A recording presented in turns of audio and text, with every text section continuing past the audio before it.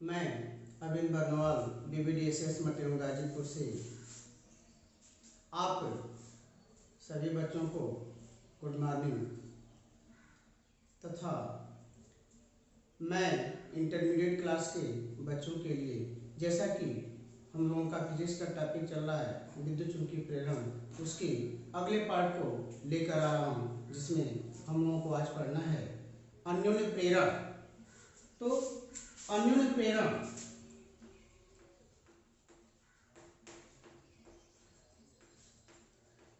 अन्योन्य प्रेरण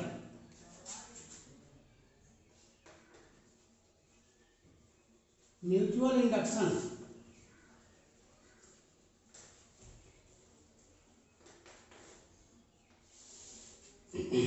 अन्योन्य प्रेरण किसे कहते हैं?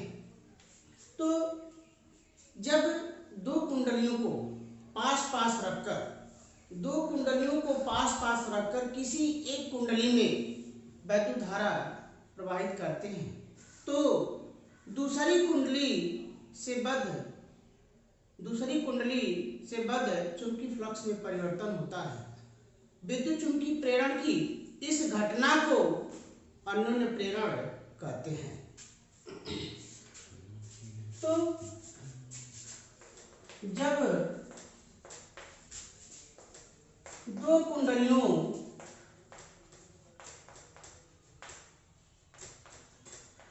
को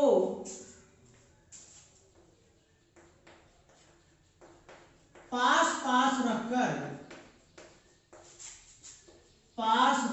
रखकर किसी एक कुंडली में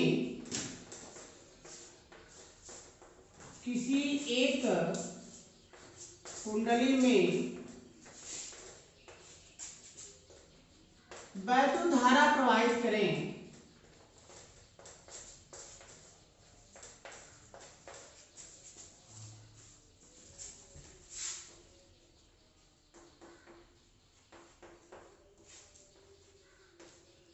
अथवा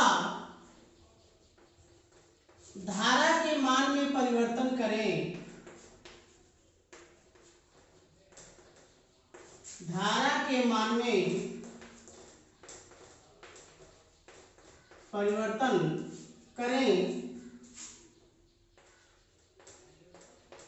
अथवा धारा को बंद कर दें,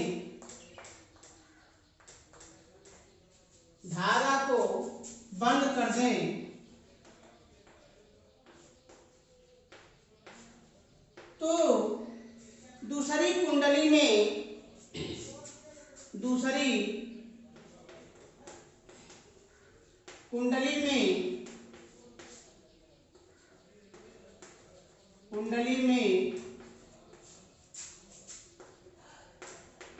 प्रेरित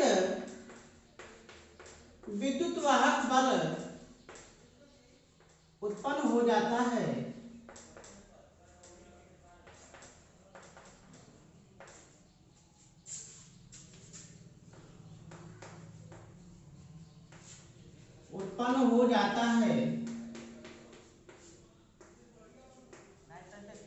विद्युत चुंबकीय प्रेरण की इस घटना को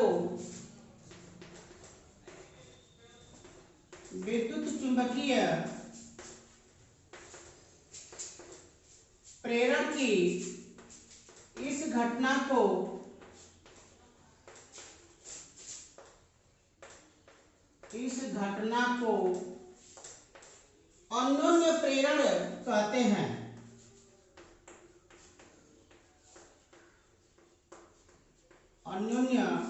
प्रेरण कहते हैं।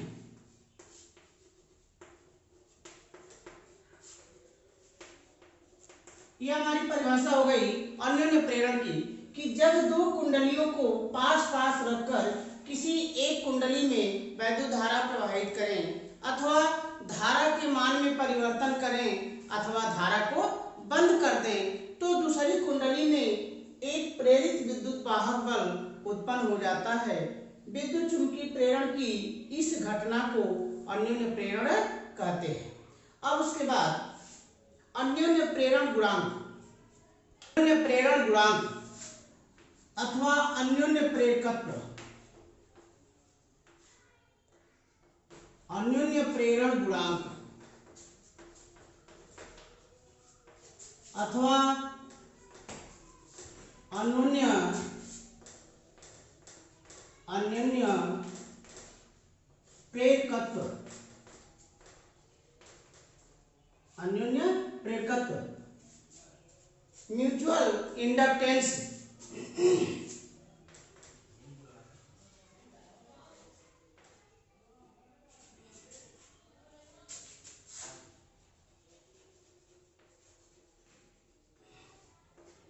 इंडक्टेंस।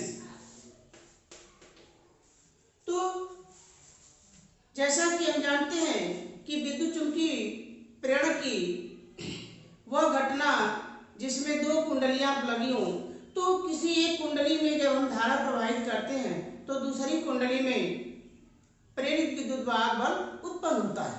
तो मानते हैं कि माना प्राथमिक कुंडली में धारा I1 प्रेरित करने पर द्वितीय कुंडली से बद्ध चुंबकीय फ्लक्स में परिवर्तन ∅2 होता है। तो यदि द्वितीय कुंडली में फेरों की संख्या N2 हो, फेरों की संख्या N2 हो, तो द्वितीय कुंडली में चुंबकीय फ्लक्स ग्रंथिताओं की संख्या × ∅2 होगी। तो चूंकि जैसा कि हम जानते हैं किसी कुंडली में चुंबकीय फ्लक्स ग्रंथिताओं की संख्या कुंडली में प्रवाहित धारा के अनुक्रमानुपाती होती है, ठीक उसी प्रकार द्वितीय कुंडली में चुंबकीय फ्लक्स ग्रंथिताओं की संख्या प्राथमिक कुंडली में प्रवाहित धारा के अनुक्रमानुपाती होती है, अर्थात N2 ∅2 is proportional to I1। जब हम प्रोपोर्शनल हटाते हैं तो कोई हमारा कांस्टेंट लगता है और कांस्टेंट इसमें लग जाएगा m, तो N2 ∅2 = m × I1। तो माना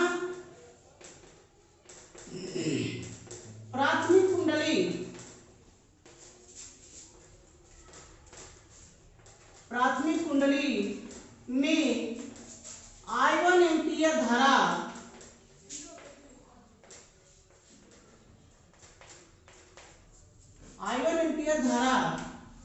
प्रवाहित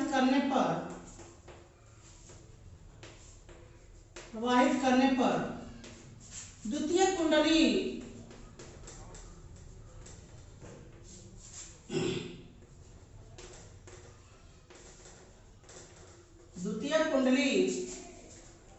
से बद्ध चुंबकीय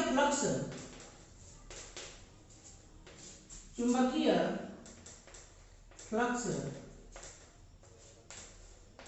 ∅2 तथा द्वितीय कुंडली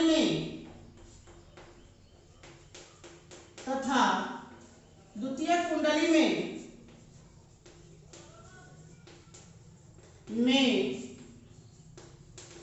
फेरों की संख्या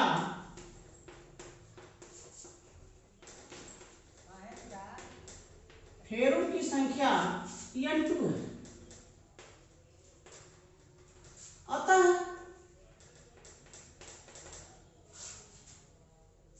द्वितीय कुंडली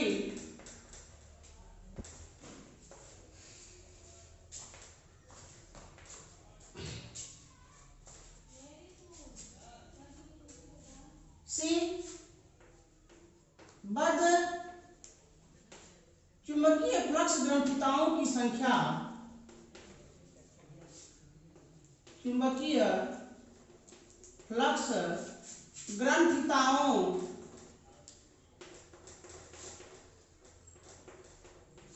ग्रंथिताओं की संख्या N2 ∅2 होगी।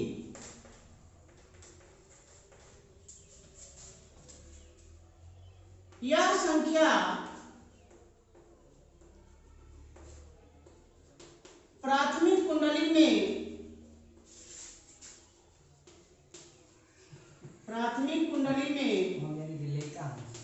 प्रवाहित धारा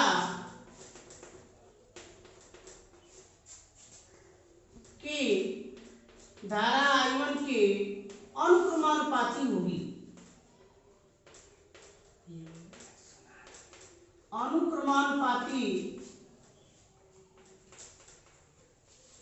होगी। अतः N2 phi2 is proportional to I1, N2 into phi2 is equal to M into I1, जहां M एक नियतांक है जिसे कुंडली का अन्योन्य प्रेरण गुणांक कहते हैं, जहां M एक नियतांक है, M एक नियतांक है जिसे कुंडली का अन्योन्य प्रेरण गुणांक, अन्योन्य प्रेरण गुणांक कहते हैं।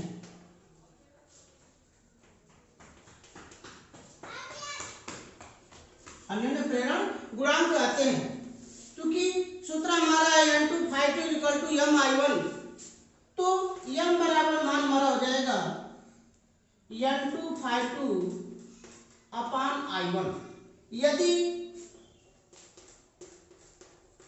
I1 का मान 1 हो जाए, यानी यदि I1 बराबर 1 एम्पियर, तो M equal to N2 phi2, M equal to N2 phi2। अतः हम कह सकते हैं किसी कुंडली का अन्योन्य प्रेरण गुणांक द्वितीयक कुंडली के चुंबकीय फ्लक्स ग्रंथिताओं की संख्या के बराबर होता है, जबकि प्राथमिक कुंडली में प्रवाहित धारा एकांक हो। अतः दो कुंडलियों के बीच, दो कुंडलियों के बीच अन्योन्य प्रेरण गुणांक, अन्योन्य प्रेरण गुणांक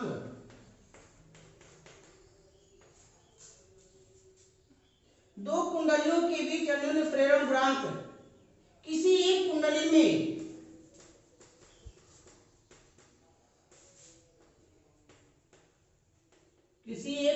में चुंबकीय फ्लक्स ग्रंथिताओं की, चुंबकीय फ्लक्स ग्रंथिताओं की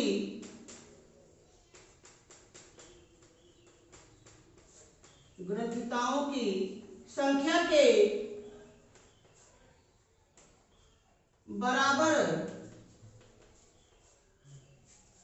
होगा, जबकि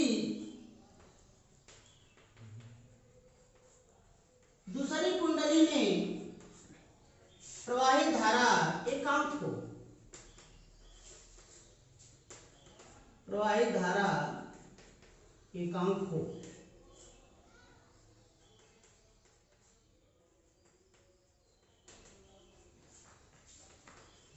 अतः हम कह सकते हैं कि दो कुंडलियों के बीच अन्योन्य प्रेरण गुणांक किसी एक कुंडली से बद्ध चुंबकीय फ्लक्स ग्रंथिताओं की संख्या के बराबर होता है, जबकि दूसरी कुंडली में प्रवाहित धारा एकांक हो, अर्थात M equal to N2 phi2 upon I1।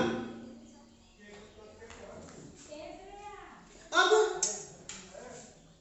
उसके बाद कि चूंकि M का मात्रक व दिमाग, जैसा कि हम पढ़े अन्योन्य प्रेरण गुणांक की परिभाषा चुंबकीय फ्लक्स ग्रंथिताओं के रूप में, उसी प्रकार अब विद्युत वाहक बल के रूप में परिभाषा, चूंकि फैराडे के विद्युत चुंबकीय प्रेरण के अनुसार विद्युत वाहक बल E बराबर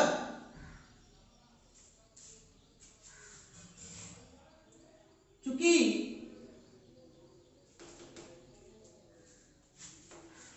E बराबर minus delta phi upon delta T, तो द्वितीय कुंडली में उत्पन्न प्रेरित विद्युत वाहक बल यदि E2 हो, द्वितीय कुंडली में उत्पन्न प्रेरित विद्युत वाहक बल यदि E2 हो, तो E2 बराबर minus N2 into delta phi upon delta T.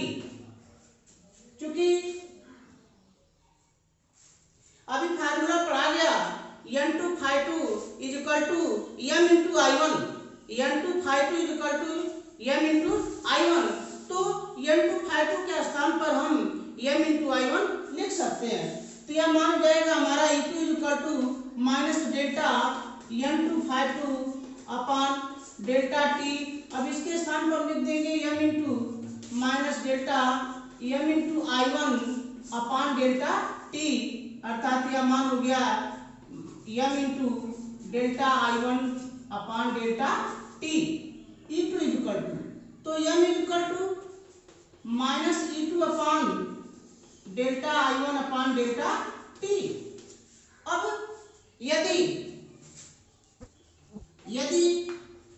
Delta I1 upon delta T का मान 1 हो, अर्थात इसका मान यदि एकांक हो जाए, यदि delta I1 upon delta T equal to 1, तो m equal to minus E2, m equal to minus E2। यदि संख्यात्मक मान हो ले तो संख्यात्मक रूप में m इक्वल टू E2, संख्यात्मक रूप में m इक्वल टू E2।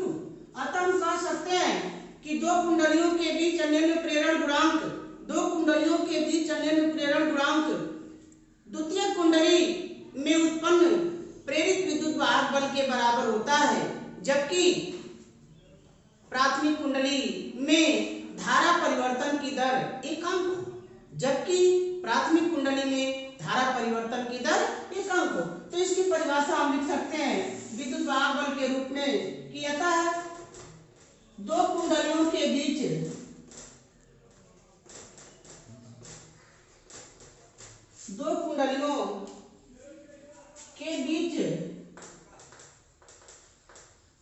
अन्योन्य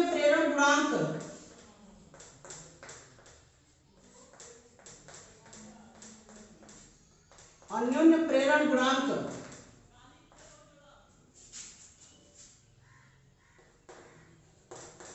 द्वितीय कुंडली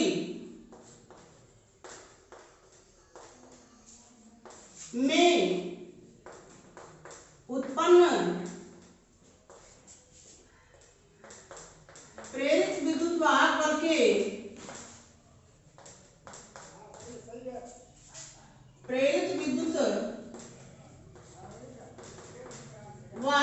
के संख्यात्मक मान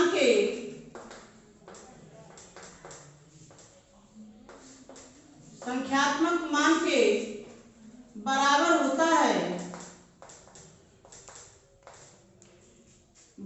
होता है, जबकि प्राथमिक कुंडली में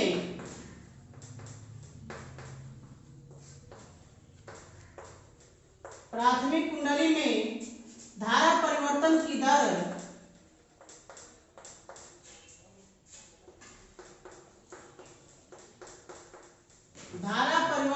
दर एकांक हो, धारा परिवर्तन की दर एकांक हो। अब अन्योन्य प्रेरण गुणांक का मात्रक, तो अन्योन्य प्रेरण गुणांक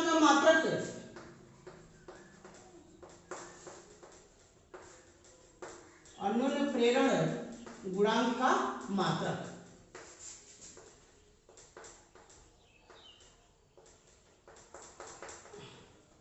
एवं विमा, अन्योन्य प्रेरण गुणांक का मात्रक एवं विमा, क्योंकि जैसा कि हम जानते हैं m equal to minus E2 upon delta I1 upon delta T. तो m का मात्रक बराबर E का मात्रक upon delta I upon delta T का मात्रक। तो E का मात्रक volt, delta I upon delta T का मात्रक एम्पियर प्रति सेकेंड। तो यह हो गया मान हमारा वोल्ट सेकेंड